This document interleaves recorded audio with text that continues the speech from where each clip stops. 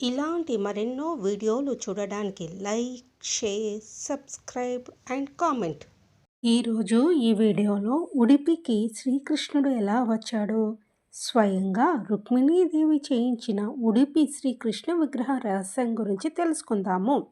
శ్రీకృష్ణుని ఆలయాల్లో 4 ఆలయాలు ప్రధానంగా చెప్పుకోవచ్చు. అవి ఉత్తరాన ఉత్తరప్రదేశ్లోని మధుర, గుజరాత్ రాష్ట్రంలోని ద్వారక, దక్షిణ భారతదేశంలో కేరళలోని గురువాయూరు, కర్ణాటకలోని ఉడిపి. ద్వైత సిద్ధాంత ప్రతిపాద్యులు శ్రీమతాచారులలో ఒకరైన శ్రీ మధ్వాచారుల వారి జననము, జీవితము ప్రసిద్ధ శ్రీకృష్ణ క్షేత్రము కర్ణాటకలోని ఉడిపి క్షేత్రంతో ముడిపడి ఉంది. ఒకరోజు శ్రీ మధ్వాచార్యుల వారు వేకువజామునే సముద్ర తీరానికి వెళ్ళి స్నానం చేసి ప్రాతః సంధ్యాధికాలు ముగించుకొని ఆ తీరంలోనే కూర్చొని 12 స్తోత్ర రచనలను ప్రారంభించారు. తపోదీక్షతో 12 స్తోత్ర రచన సాగుతోంది. ఆ రోజు పర్వదినం కావడంతో అనేక మంది ప్రజలు కూడా వచ్చి సముద్ర స్నానం చేశారు. ప్రశాంతమైన ప్రాతకాలము, భక్తి ప్రపతులు ప్రసరించడానికి అనువైన సమయం.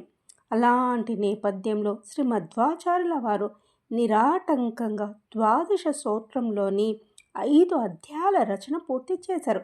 6వ అధ్యాయము ప్రారంభం కాబోతున్న సమయంలో ద్వారక నుండి సరుకులు తీసుకువస్తున్న ఒక నౌక తీరం వెంట వెళ్తుండగా అకస్మాత్తుగా విపరీతంగా గాలులు ప్రారంభమయ్యాయి.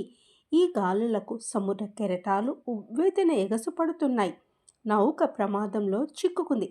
దానిని రక్షించుకోవడానికి అందులోని నావికులు చేస్తున్న ప్రయత్నాలు ఫలించడం లేదు. క్రమంగా నౌకలోకి నీరు చేరడం ఆరంభమైంది.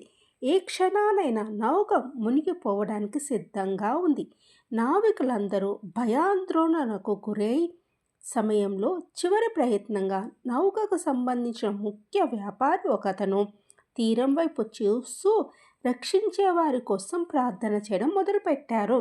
అంత దూరం నుంచి కూడా ఒడ్డున నిశ్చలంగా కూర్చొని రచన చేసుకుంటున్న శ్రీ మధ్వాచార్యుల వారు ఆ వ్యాపారికి స్పష్టంగా గోచరించారు. ఆయనను ఉద్దేశించి మరింత ఆర్తితో ప్రార్థించసాగారు. 12 స్తోత్ర రచనల్లో లీనమై ఉన్నప్పటికీ అంతటి హోరుగాలిలోనూ అంత దూరం నుంచి వ్యాపారి చేస్తున్న ప్రార్థన మధ్వాచార్యుల చెవిని తాకింది. అప్రయత్నంగా అటుకేసి తల తిప్పారు. జాలి కలిగింది. వెంటనే తన ఉపవస్త్రము ఒక కొసను పట్టుకొని గాలిలో నావకేసి విసిరి వెనక్కి తీసుకున్నారు. అంతే. ఆ క్షణం వరకు సముద్రంలో మునిగిపోతుందా అన్నట్టుగున్న నౌక ఒక్కసారిగా స్తబ్దతకు వచ్చింది. ఎవరో తాళ్ళు పట్టి లాగినట్టుగా తీరానికి చేరి స్థిరంగా నిలిచింది. నావికులందరూ సురక్షితంగా ఒడ్డుకు చేరారు. అంతకు మునుపు ప్రార్థన చేసిన వ్యాపారి వడివడిగా మధ్వాచార్యుల వారిని సమీపించి సాష్టాంగ నమస్కారం చేశారు. అనేక విధాలుగా స్తుతించారు. అనంతరం లేచి నిలబడి అంజలి ఘటించి, స్వామి, నా వద్ద అమూల్యమైన వస్తువులు అనేకం ఉన్నాయి. వాటిలో మీరు కోరుకున్నది ఏదైనా సరే ఇవ్వడానికి సిద్ధంగా ఉన్నాను. దయచేసి కాదనకండి అని అనేక విధాల ప్రాధేయపడ్డాడు. మధ్వాచార్యుల వారు చిరునవ్వు నవ్వి చివరికి అతని కోరికను మన్నించారు. అయితే నువ్వు నాకు బహుమతిగా ఇవ్వాలనుకుంటున్న అమూల్యమైన వస్తువు నీ నౌకలో ఉన్న 2 గోపీ చందనపు గడ్డలు ఇయ్యగలవా అన్నారు. వ్యాపారి ఆశ్చర్యపోయాడు. ఎందుకంటే గోపీ చందనం ద్వారకలో ఎక్కడ పడితే అక్కడ దొరికే మట్టి. పడవలో సరుకులు ఎక్కించేటప్పుడు దించేటప్పుడు బరువు సమతూకం తప్పిపోకుండా గోపీ చందనపు గడ్డల సహాయంతో నౌకలో సరుకులను అటూ ఇటూ సర్దుతూ ఉంటారు. అలాంటి గోపీ చందన మట్టి గడ్డలు ఆ మహానుభావుడు కోరడము ఆ వ్యాపారికి సుతరాము నచ్చలేదు. ఎంత ప్రార్థించినప్పటికీ మధ్వాచార్యుల వారు తాను కోరిన గోపీ చందనానికి మించి మరే బహుమతిని తీసుకోవడానికి అంగీకరించలేదు.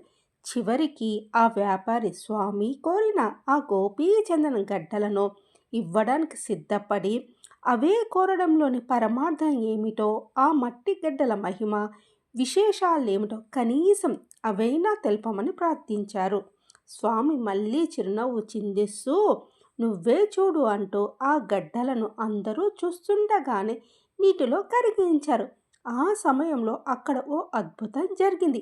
ఒక గడ్డ నుండి బలరాముని విగ్రహము, రెండవ దాని నుండి శ్రీకృష్ణు విగ్రహం బయటపడ్డాయి. అక్కడున్న వారందరూ సంభ్రమాశ్చర్యాలలో మునిగిపోయారు.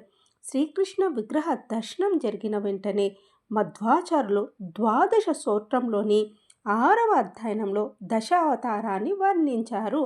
బలరాముని విగ్రహాన్ని అక్కడే ప్రతిష్ఠించి శ్రీకృష్ణుని విగ్రహం తీసుకొని ఉడిపికి ప్రయాణం అయ్యారు. శ్రీకృష్ణ ప్రాప్తి తర్వాత ద్వాదశ స్తోత్రాన్ని పరిసమాప్తి చేశారు. అందుకే ద్వాదశ స్తోత్రం అత్యంత పవిత్రమైనది. అమృత రూపమైనటువంటి శ్రీకృష్ణుని ఆగమనానికి కారణమైంది. అది విషాహార స్తోత్రంగా కూడా ప్రసిద్ధి చెందింది. ఇంతకి శ్రీకృష్ణు విగ్రహ రహస్యం ఏంటి, వాస్తవానికి జరిగిందేమిటి అనేది తెలుసుకుందాము. శ్రీకృష్ణు విగ్రహము సామాన్యమైనది కాదు. ఒకసారి దేవకీదేవి కృష్ణ, నీ బాల్యలీలలో చూసే భాగ్యము యశోద కలిగినట్టు నాకు కలగలేదు. వాటి గురించి విని విని ఎప్పటికైనా చూడాలని నా మనసు ఉవ్విర్లూరుతోంది. చూపించవా కృష్ణ అని ప్రార్థించింది. కృష్ణుడు అనుగ్రహించాడు. మరుక్షణము శైశవ దశలో శ్రీకృష్ణుడిగా మారిపోయాడు. తప్పటడుగులు వేస్తూ నడిచాడు. దేవకీదేవి ఒడిలో కూర్చున్నాడు. ఆమె సన్యాన్ని తాగాడు. కేరింతలు కొట్టాడు. కుండ పగలకొట్టి వెన్న తిన్నాడు. ఒంటి నిండా రాసుకున్నాడు. పామును తాడులాగా పట్టుకొని మజ్జిగ చిలికినట్టు నిత్యం చేశాడు. మరీ ముఖ్యంగా తనతో పాటు అన్న బలరాముని కూడా చూపించాడు. ఈ చేష్టలను చూసి దేవకీదేవి పరవశించి మైమరచిపోగా ఇదంతా గమనిస్తున్న రుక్మిణి తన పతిదేవుని శైశవ రూపాన్ని ప్రపంచమంతా చూసి తరించాలని భావించి వెంటనే విశ్వకర్మను పిలిచి ఆయా రూపాలలో శైశవ కృష్ణుడు బలరాముని విగ్రహాలను చేయించింది. ముందుగానే సకల వైభవాలతో విగ్రహాలను స్వయంగా పూజించింది. కృష్ణావతారం ముగిసింది. మరికొంత కాలానికి ద్వారక సముద్రంలో మునిగిపోయే సమయం ఆసన్నమైంది. దూరదృష్టితో అర్జునుడు ఆ విగ్రహాలను తీసుకువెళ్ళి ఒక ప్రదేశంలో ప్రతిష్ఠించి దానికి రుక్మిణీవనం అని నామకరణం చేశాడు. కాలక్రమంలో ఆ వనం యావత్తు గోపీచందనం మట్టితో కలిసి కనుమరుగైపోయింది. నావికులు తమ నౌకలు సమతూకం పాటించడం కోసము గోపీచందనం గడ్డల్ని మోసుకెళ్లే అలవాటు ప్రకారము కాకతాళీయంగా ఈ విగ్రహాలున్న గోపీచందనం గడ్డల్ని కూడా నౌకలోకి చేర్చారు. వాటి విలువ తెలియకుండానే వాటిని తీసుకెళ్లే భాగ్యం ఆ వ్యాపారికి లభించింది. ఆ విగ్రహము ఆ నౌకలో వస్తుందని మధ్వాచార్యుల వారి దివ్య దృష్టికి ముందే తెలుసు. ద్వాదశ స్తోత్రాన్ని రచిస్తూ ఆ విగ్రహాలను ఆహ్వానించడానికి ఆయన ఆ రోజు ఆ తీరానికి వెళ్ళారు. శ్రీకృష్ణుని ప్రతిమను మధ్వాచార్యులు తమ శిష్యుల చేత మాధవ సరోవరంలో ప్రక్షాళన చేయించారు. తర్వాత తానే స్వయంగా అభిషేకించారు.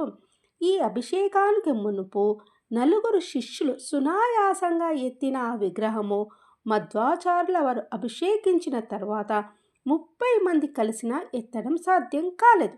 ఎందుకంటే మధ్వాచార్యుల అభిషేకంతో ఆ విగ్రహంలో శ్రీకృష్ణుని దివ్య శక్తి పరిపూర్ణంగా ఏర్పడింది. మంత్ర విధులతో మధ్వాచార్యులు అత్యంత శాస్త్రోక్తంగా శ్రీకృష్ణ విగ్రహాన్ని విలంబి నామ సంవత్సరము మాఘ శుక్ల తదియ నాడు సామాన్య శకము 1236వ సంవత్సరంలో ఉడిపిలో ప్రతిష్ఠింపచేశారు. ఆనాటి నుంచి ఉడిపి ప్రాంత యజ్ఞులందరూ శ్రీ మధ్వాచార్యుల వారు అవలంబించిన విధానాలని అనుసరిస్తున్నారు. శ్రీకృష్ణ మఠంగా పిలువబడే ఈ దేవాలయానికి అనుబంధంగా తన 8 మంది శిష్యులచే నిర్వహించబడేటట్టుగా పెజావారు మఠము, పుట్టింగే, పాలిమరు, ఆడమరు, సోదే, కానీరు, షిరూరు, కృష్ణపుర అనే 8 మఠాలను శ్రీ మధ్వాచార్యులు ఏర్పరిచారు. వీటిని అష్టపీఠాలు అంటారు. ఇవన్నీ ఉడిపి క్షేత్రంలో శ్రీకృష్ణ మఠానికి చుట్టుపక్కల ఉన్నాయి.